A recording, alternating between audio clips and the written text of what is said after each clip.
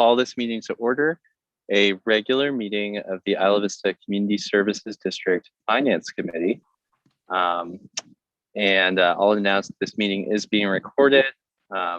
Since there's just two of us here, I'll save Jonathan the task of doing the roll call. Myself, Director Bertrand, and Director Brandt are here for the record. And before we begin this meeting, we would like to acknowledge the Chumash people, who are the traditional custodians of this land. We pay our respects to the Chumash elders, past, present, and future, who call this place Aniscoyo, the land that Isla Vista sits upon, their home. We are proud to continue their tradition of coming together and growing as a community. We thank the Chumash community for their stewardship and support, and we look forward to strengthening our ties as we continue our relationship of mutual respect and understanding. We're now at the time of the meeting for public comment. I do not see any public commenters, but we can open that up again later if that changes. So we'll go right into our discussion item, 21-22 final budget. Jonathan. All right. Well, it's exciting. We're finally here. It's been a very long budget process this year, but I think we're getting to a good result. So let me get this shared. So we already went through a lot of this at the last meeting in terms of the where the we had a same agenda item called final budget, and most of it was very similar, and we ended up actually making the changes during the meeting from the two of the three items we heard, the Ivy Beautiful and the safety station budgets. I added in the director's compensation increase to, which was what we decided was a CPI increase. And this is not exact because we still now, next step would be to actually do that adjustment, and it might end up a little different, but that's what we figured based at the meeting last week. So I think I'll go through again just the general points, but from based at the end of our conversation at the last meeting, the budget is now unchanged. I think if you remember too, we had a small negative like of $100 last time, and it was actually a very easy fix to fix that, because I just realized the safety station budget, I had over budgeted it by $500 for no reason, just to have a cleaner round number. So I reduced the 500 to make it closer to the exact number of the budgeted amount, and that resolved our issue on breaking even. So now we $300 plus instead of a negative.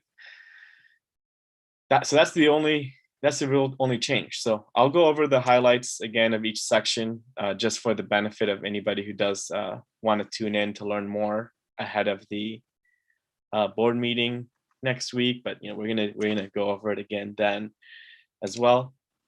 So first up, operations. It's the biggest section. It includes a lot of different things in it. The first is our regular salaries and our intern salaries for our employees and all the benefit expenses. So that's myself and assistant general manager and community engagement director, and the 3 intern positions, and our legal counsel. So that is captured here. Next up is our communications budget. This is what we will be using, what Sydney will be using to deliver our message across the district.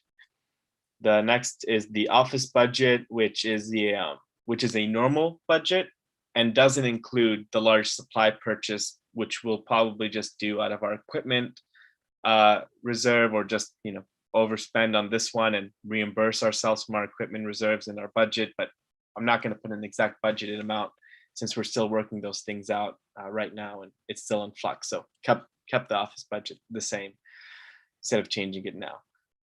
Next, admin, again, pretty straightforward. Our audit fees have just gone up since that's gotten more complex. Our liability insurance has gone up because our district has gotten more complex, and so have our ADB payroll fees. So hopefully our administrative costs don't get too high, but they're a function of how big we get.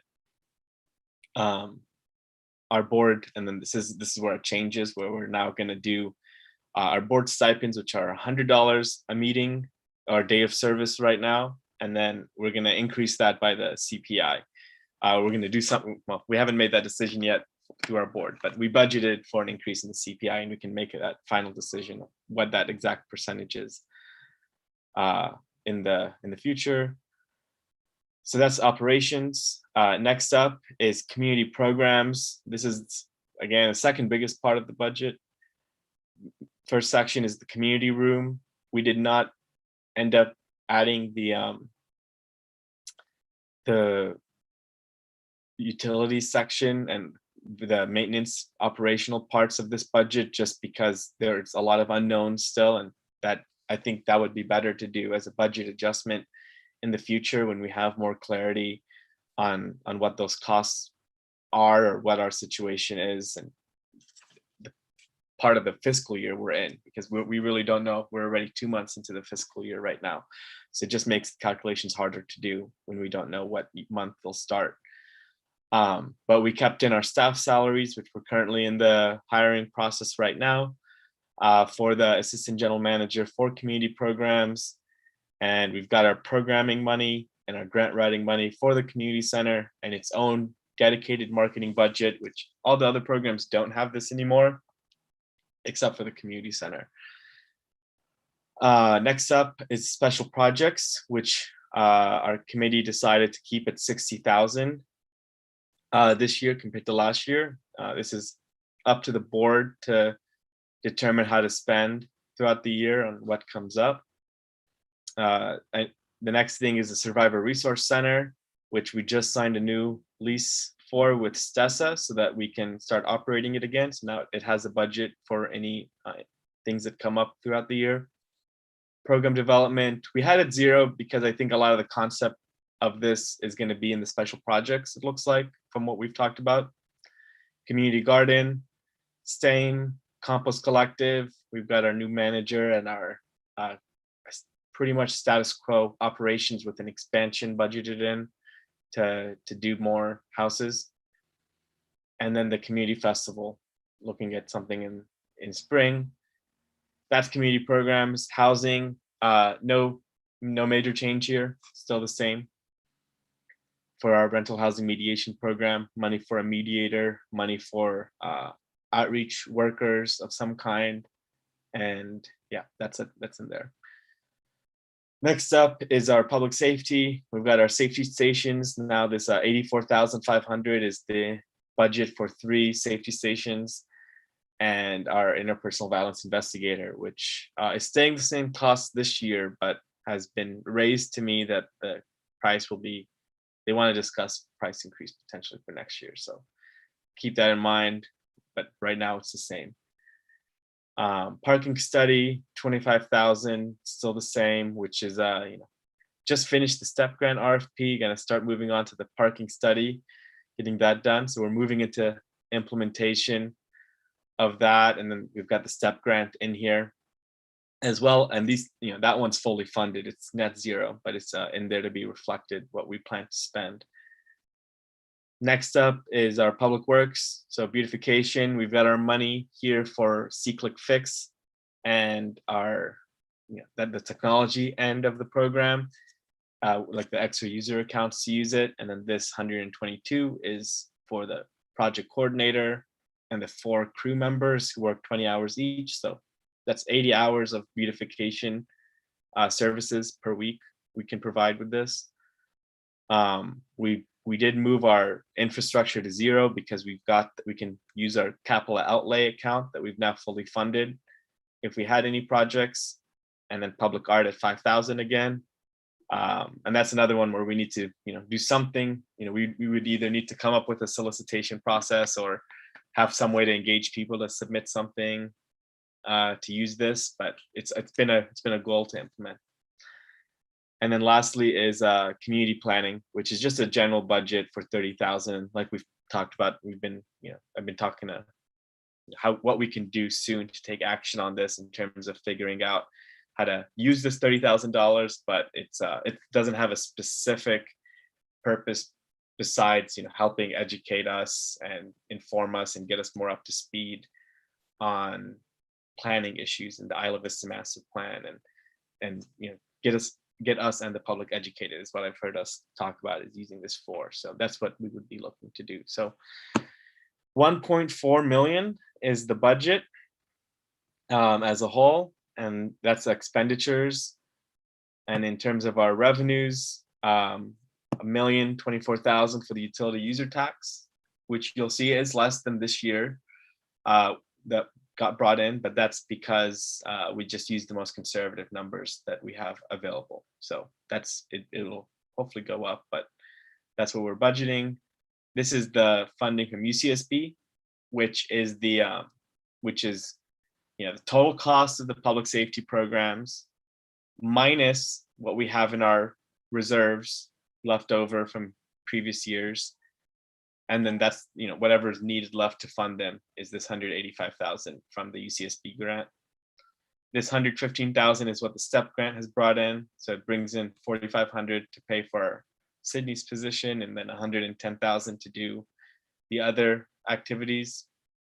And then lastly, we're going to use 112,000 from our current fund balance.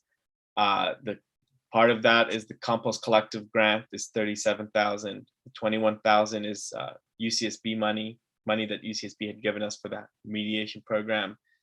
And same with the safety stations is money that money we've just had in our account, we haven't expended yet.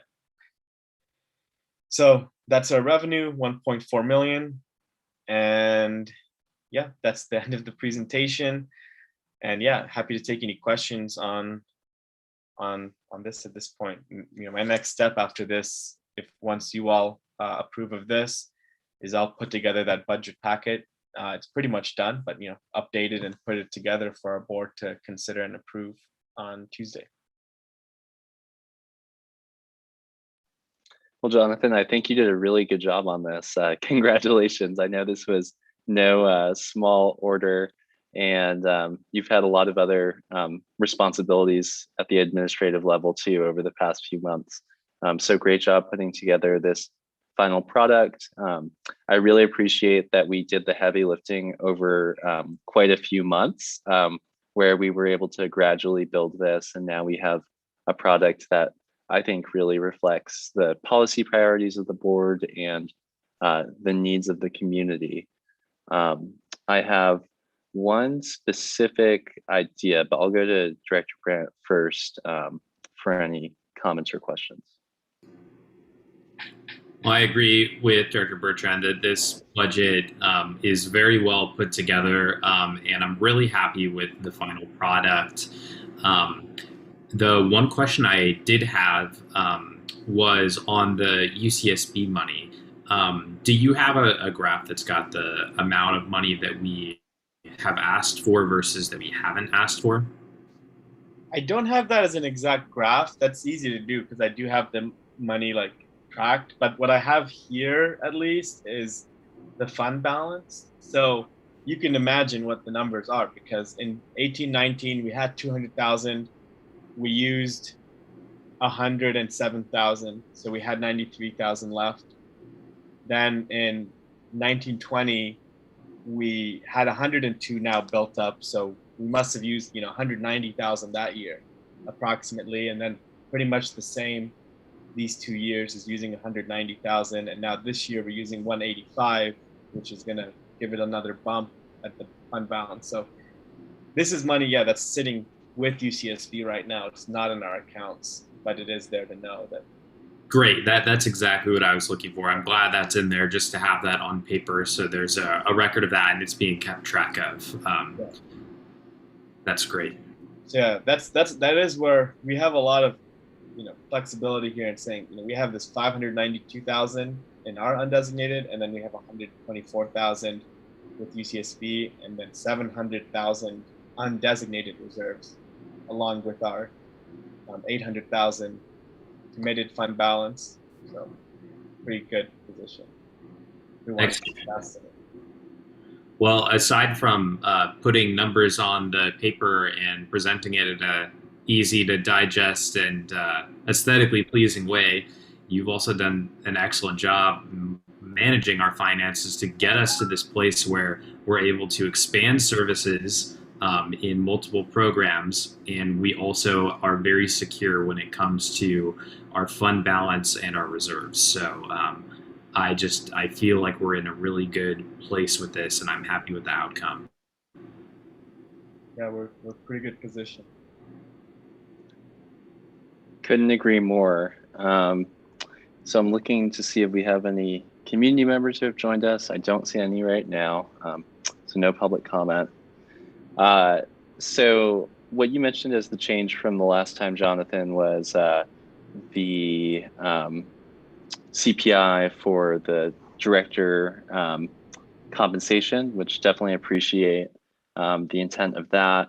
And I think that's a good practice for us to implement that in our annual budget. I would suggest the idea that we increase the line item to include funding for one more additional meeting per month.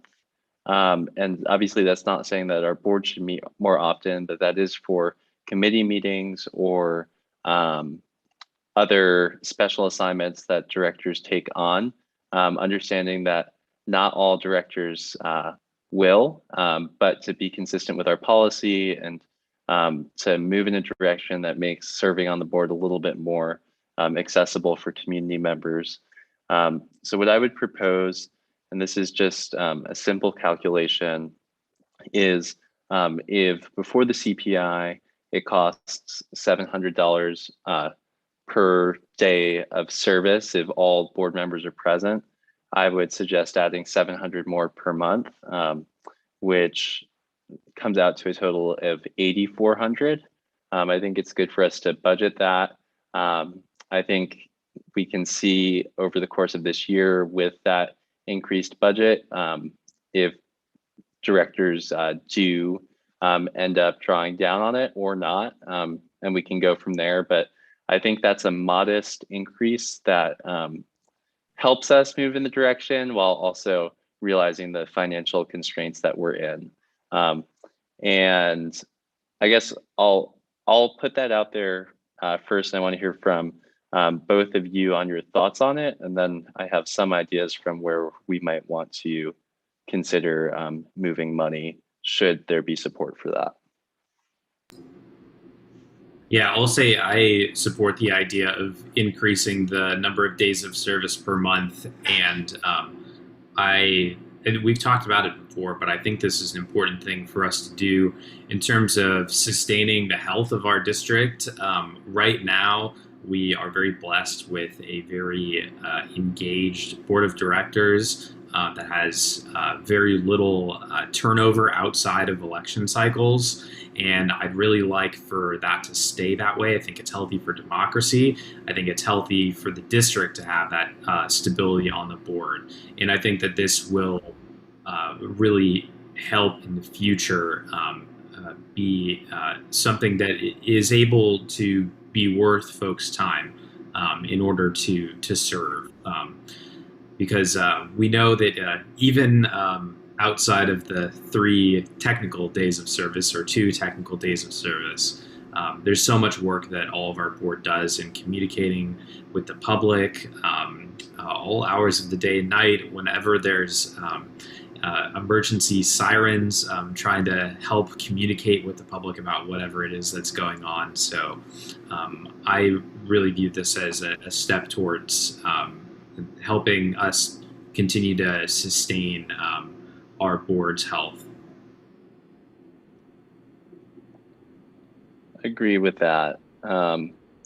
And so my first thought on if we were to go in this direction would be to look at our CSD undesignated fund balance.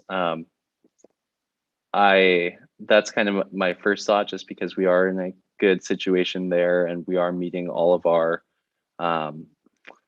our priorities with our strategic reserves and self-insurance, etc. But I think we have flexibility elsewhere too. What are your thoughts, Spencer?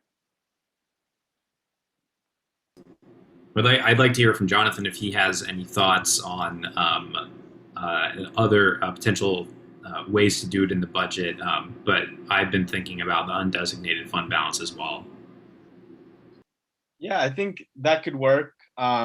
We would have to have like a plan to have it be. I mean, I guess next year we would then just build it in from the beginning, so we wouldn't need to like fund it this way next year. But another option could be this planning budget is pretty big and is a shot in the dark if you wanted to do that, or the special projects are, again, it's just a general pool. So those are the two options I'd say of like general pots of money in the regular budget to reduce. And it could be like a combination, like reduce these by a little bit and then draw less from the undesignated.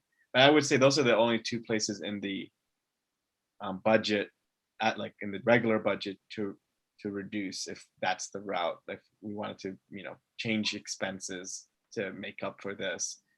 And then the undesignated is the other option.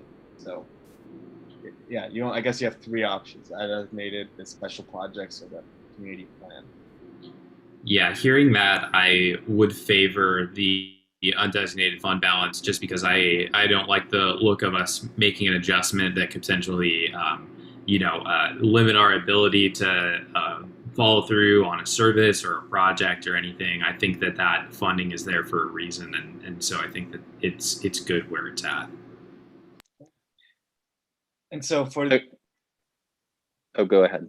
no, just to get the calculation down for the budget, I can do it in between, but I had it as 26,000. So with the day of service as 3 and the CPI index increase. But were you thinking that we only do the increase of days of service and hold off on the CPI part? Wait, I'm sorry. I'm looking at the wrong number then. So